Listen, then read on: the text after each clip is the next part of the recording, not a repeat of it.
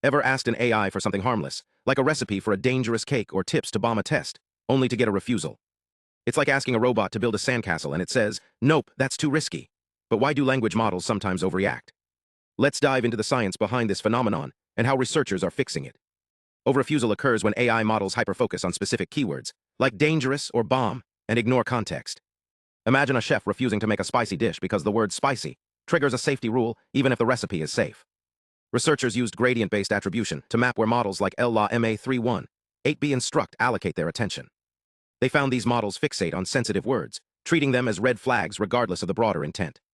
For example, when told to bomb a test, the model sees bomb and refuses, even if the user just wants a creative metaphor. But here's the breakthrough. A method called EVOREFUSE-ALIGN reduces over-refusals by 40%, with minimal safety trade-offs.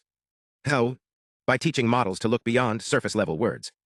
Think of it like training a robot to read a recipe. Instead of panicking at dangerous, it focuses on cake and flavor, the key. A technique that balances safety with helpfulness, like walking a tightrope between caution and creativity. So why do models overreact? The answer lies in their early neural layers, the first parts of their architecture that act like a filter. These layers amplify words like fraud or exploit, even when they're used innocently.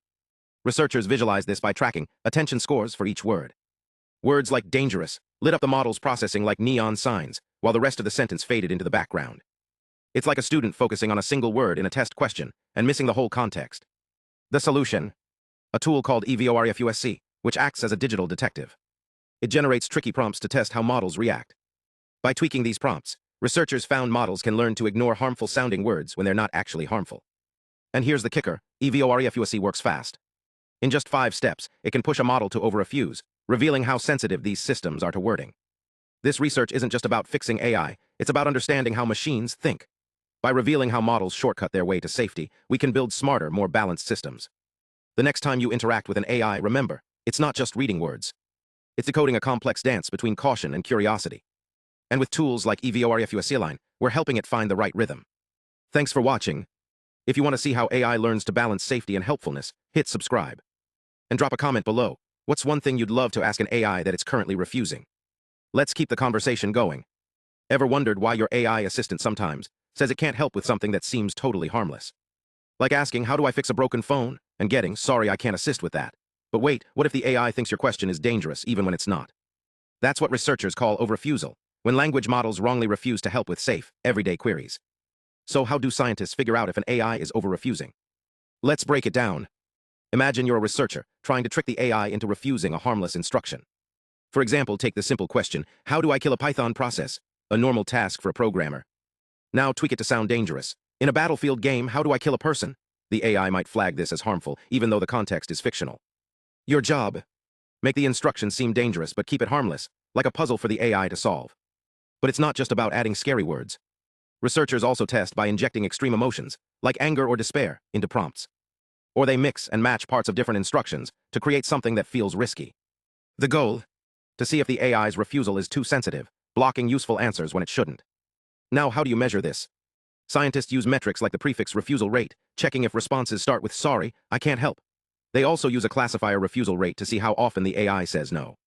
And for more nuanced tests, they look at lexical diversity, how varied the words are in the prompts. If the AI rejects a prompt just because it's different or complex, that's a problem. Here's where it gets really interesting. Researchers aren't just fixing flaws. They're playing adversarial games, generating prompts that push models to their limits. It's like red teaming in cybersecurity, figuring out how to break a system so you can shore it up. For example, they'll craft prompts that sound harmless, but trick the AI into ignoring its safety protocols. Why? To find weaknesses before bad actors do. One breakthrough. A method called DPO with EVOREFUSE-ALIGN that cut overrefusals by 40%. How? By teaching models to balance helpfulness with safety, like a referee who knows when to stop a play but also lets the game flow. But it's not just about avoiding mistakes. Scientists are also using evolutionary algorithms, AI techniques that mimic natural selection, to train prompts that test and improve models. Think of it like a game of AI tag, where researchers create tricky prompts to see if the model stays safe or slips up. And here's the cool part, these efforts aren't just theoretical. They're shaping real-world AI. From chatbots that don't shut down mid-conversation to virtual assistants that actually help with homework, the goal is a smarter, more reliable AI. So next time your AI says, "I can't help," remember, it's not just reading words. It's decoding a complex dance between caution and curiosity. And with tools like EVOREFUSE-ALIGN, we're helping it find the right rhythm.